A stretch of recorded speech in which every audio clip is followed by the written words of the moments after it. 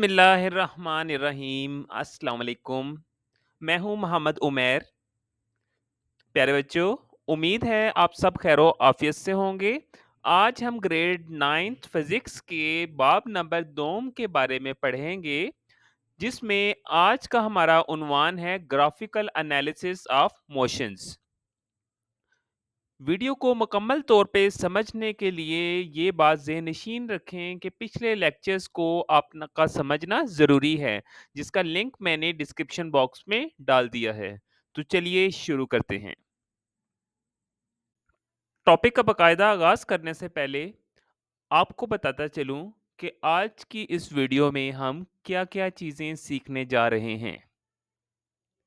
आज हम सीखेंगे कि ग्राफ क्या होता है, हमें ग्राफ की ज़रूरत क्यों पड़ती है, अंडरस्टैंडिंग अबाउट वेरिएबल्स, वेरिएबल्स के बारे में सीखेंगे कि वेरिएबल्स कितनी तरह के होते हैं। डिस्टेंस टाइम ग्राफ्स हम मुख्तलिफ तरह के सिचुएशंस में at the end of the lecture study करेंगे। तो चलिए शुरू करते हैं। Graph is a pictorial way of representing information about the relation between various quantities.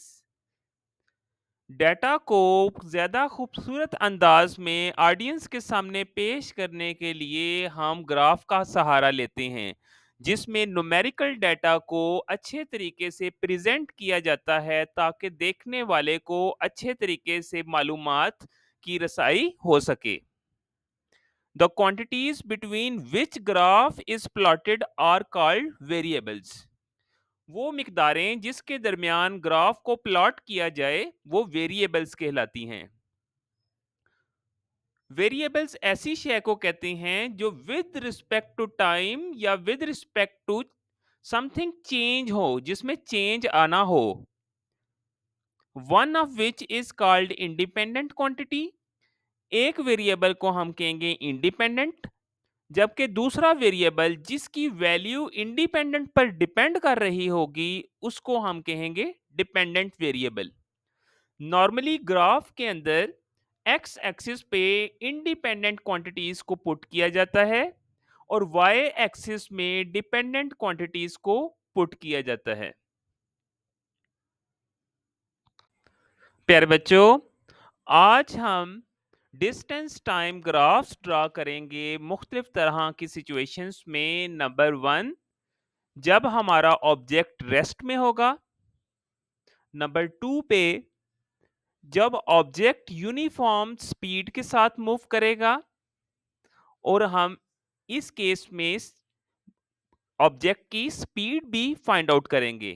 Number 3, जब हमारा ऑब्जेक्ट वेरिएबल स्पीड के साथ मूव करेगा, तो इस केस में भी हम डिस्टेंस टाइम ग्राफ स्टडी करेंगे और ऑब्जेक्ट की स्पीड कैलकुलेट करेंगे। प्यारे बच्चों, डिस्टेंस टाइम ग्राफ में आपने याद रखना है कि टाइम हमेशा इंडिपेंडेंट क्वांटिटी होती है। कि समझ लें इस तरह के जब भी बॉडी कोई डिस्टेंस तय करेगी तो वो डिस्टेंस तय करने के लिए उसे कुछ ना कुछ टाइम लाजमी लगेगा। डिस्टेंस हमेशा टाइम पे डिपेंड करेगा। आम अल्फाज में याद रखिएगा कि टाइम को हमेशा आपने एक्स एक्सिस पे पुट करना है, और क्योंकि डिस्टेंस डिपेंड कर रहा है टाइम पर तो ये डिपेंडेंट क्वांटिटी होगी और हमने इसको वाई एक्सिस में पुट करना है। एग्जामिनेशन पॉइंट ऑफ व्यू से प्यारे बच्चों आप लोगों को बताता चलूं कि जब भी डिस्टेंस बॉडी का स्ट्रेट लाइन में होगा तो आप डिस्टेंस और डिस्प्लेसमेंट की टर्म्स दोनों इस्तेमाल कर सकते हैं। आप कह सकते हैं कि बॉडी ने इतना डिस्टेंस तय किया या इतना डिस्प्लेसमेंट तय किया। इसी तरह ही स्पीड और वेलोसिटी भी अगर आप इंटरचेंजेबली टर्म इस्तेमाल कर सकते हैं अगर मोशन जो है वो स्ट्रेट लाइन में है। प्यारे बच्चों, जैसा कि आप देख सकते हैं कि टाइम जो कि इंडिपेंडेंट क्वांटिटी है, इसको मैंने एक्स एक्सिस में पुट किया है। डिस्टेंस जो कि डिपेंडेंट का क्वांटिटी है और ये हमेशा टाइम पर डिपेंड करता है कि बॉडी ने कितना फासला तय किया, तो फासला तय करने के लिए उसे कुछ ना कुछ वक्त तो दरकार होगा। तो इससे हमें पता चलता है कि डिस्टेंस टाइम पर डिपेंड कर रहा है। तो डिस्टेंस को हमेशा आपने वाई एक्सिस पर पुट करना है। अब हम आज के पहले केस की तरफ बढ़ेंगे और देखेंगे कि ग्राफ हमारे पास किस तरह का आएगा जब ऑब्जेक्ट जो है वो रेस्ट हालत में हो। यहाँ आपको एग्जाम में एक एमसीक्यू भी पूछा जाएगा और बताया जाएगा कि when the object is at rest the shape of distance time graph is following. तो जो शेप आपको सामने दिखाई दे रही है, आपने इस एप शेप को टिक कर देना है। When object is at rest, distance time graph is horizontal straight line parallel to x axis।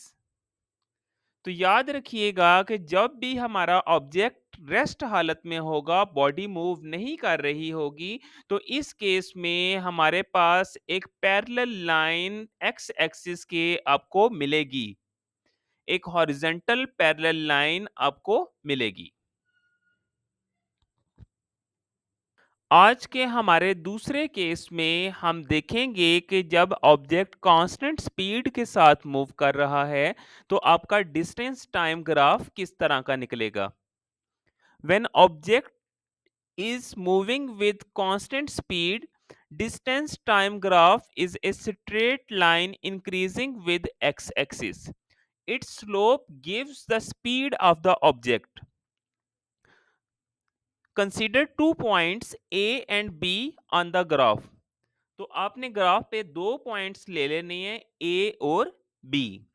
अब दोनों पॉइंट्स के दरमियानी फासले को दोनों पॉइंट्स के दरमियान जो टाइम आ रहा है उससे डिवाइड कर देना है। ए और बी के दरमियान जो कुल फासला है वो 30 मीटर्स है। इसी तरह टाइम देखें तो ए और बी के दरमियान जो बॉडी का टाइम बन रहा है वो 1 2 3 सेकंड्स बन रहा है। तो जब मैं 30 को 3 से डिवाइड करूंगा तो मेरे पास स्पीड निकल आएगी जब ऑब्जेक्ट जो है एक फिक्स स्पीड के साथ, एक कांस्टेंट स्पीड के साथ मूव कर रहा है, जो कि 10 मीटर पर सेकंड है। गौर से देखें तो मैंने ग्राफ प्लॉट किया है, टाइम मैंने एक्स एक्सिस पर लिया है, डिस्टेंस मैंने वाई एक्सिस पर लिया है। तो मेरे पास एक स्ट्रेट लाइन बन रही है जिसका फासला एक्स एक्सिस से वक्त के साथ साथ बढ़ता जा रहा है।